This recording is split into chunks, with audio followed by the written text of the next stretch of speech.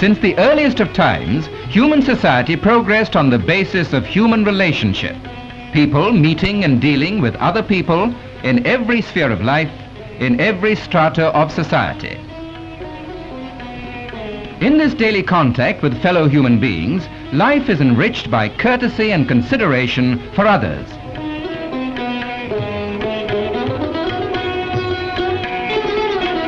Those were truly days of graciousness, when people had the time to indulge in the niceties of life.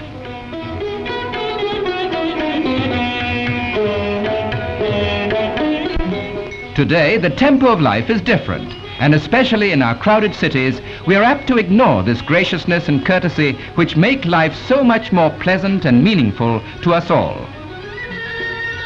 Let us, for instance, take this busload of people for a start.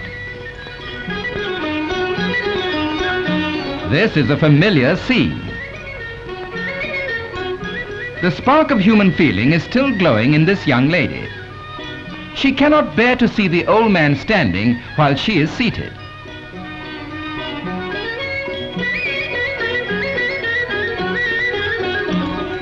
She feels better after a good deed. Yes, courtesy can be contagious. Mr. He-Man across the aisle feels uncomfortable as there are two ladies standing.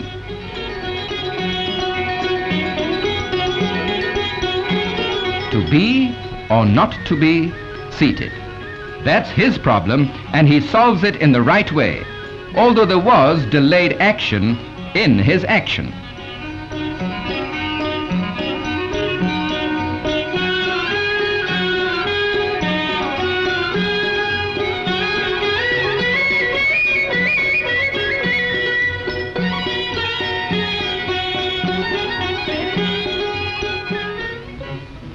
A telephone booth. Well, what's happening here? Just what happens to most of us when we want to make an urgent call. Standing in a queue, fretting and fuming, while Mr. Chatterbox carries on a marathon conversation with someone equally selfish at the other end of the line. There are others in the queue, but that doesn't worry him. He is too full of himself. There's no place for others in his world. The seconds grow into minutes, the minutes into more minutes. But our friend in the booth has just heard of a tip on the stock market, and all the banging and tapping won't move him until he has noted the information in his little red book.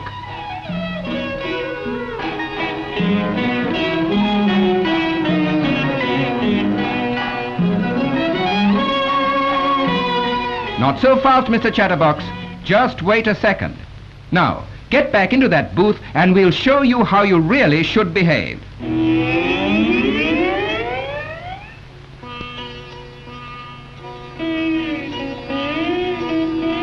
That's it. You had better apologize.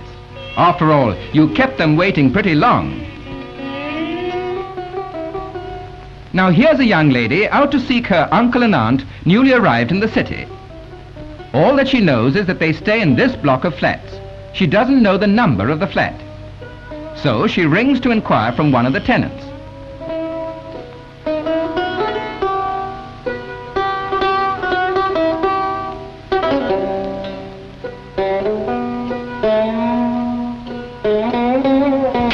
Surely many of us have had a similar experience. Well, she'll keep on trying. Perhaps someone else may be kinder, or maybe not.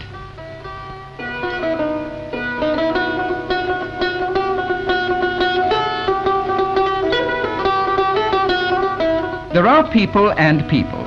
There are some, like this tenant, who will go out of their way to be courteous and give a helping hand to others. And that does make life pleasant and meaningful. A little act, but how gracious.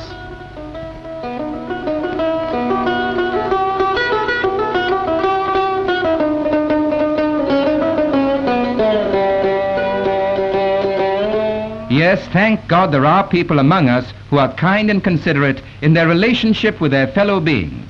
Like this senior salesman at this department store who makes himself pleasant to everybody.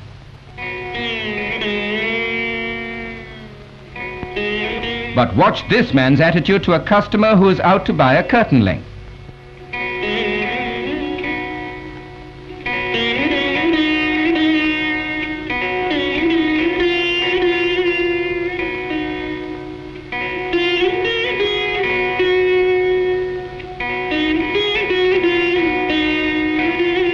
This is not quite what he wants. Could he please see another pattern there on the shelf? Now look here, mister. We have only this design. Take it or leave it. The familiar type, isn't he? The customer is about to leave when the senior salesman comes to the rescue. May I help you, sir? Why, of course, we have several patterns and designs. No trouble at all. And what a difference a smile and a few words can make. The salesman gains not just another customer, but a fund of goodwill.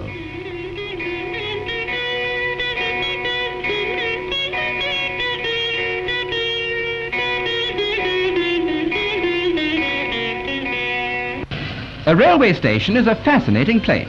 One comes across so many kinds and types of people. Kind people and unkind people, selfish people and unselfish people, courteous people and discourteous people. Strangers thrown together for the first time because they must all travel by the same train and share compartments. Take this compartment, for instance. The latecomer has a few hurdles to step over. They're not his, but belong to the fellow on the opposite berth who thinks he owns the train.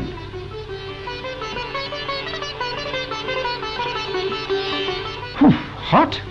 Why, yes, when both fans are trained on the fellow who thinks he owns the train.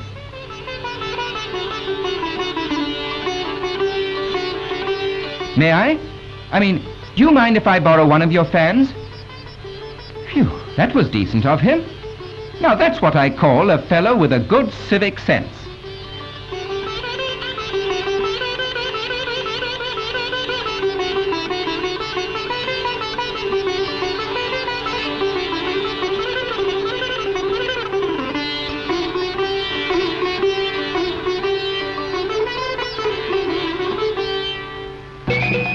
The train thunders through the night, and when all is quiet and peaceful, the gentleman who is supposed to have a good civic sense shows himself in his true colors.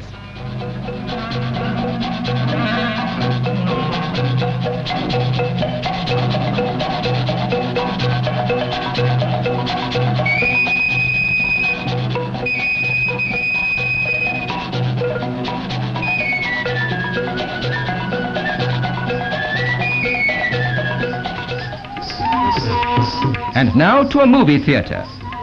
There is a hush. All eyes are glued to the screen.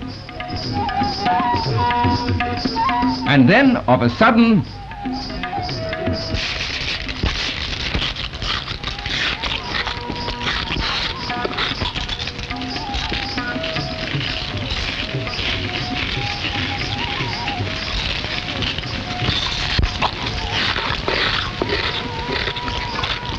that, dear friends, is the symphony of the potato wafers. Surely you have sat through that symphony before?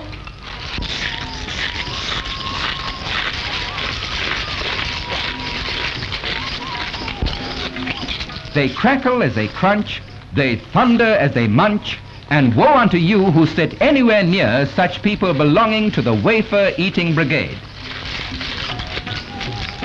Well, that's how it is, folks. But let us not lose hope. There are still some people in our midst in whom the spark of chivalry is glowing. Courtesy comes by instinct, and sometimes a child can put us adults to shame. This graciousness of the human heart, especially when acquired early in life, depends so much on parents and teachers.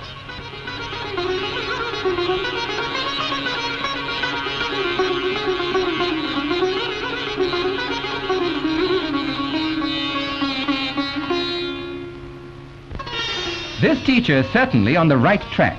Her pupils are taught to begin the day with a smile, and a smile can go such a long way.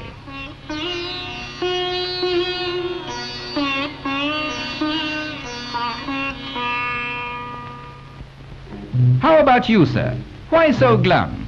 Don't you know that it takes 15 facial muscles to smile and 65 to frown? Yes, that's it. Come on now. If we can only learn to smile a little more and frown a little less at each other, how much more pleasant our lives would be. Now, where have we seen that man before?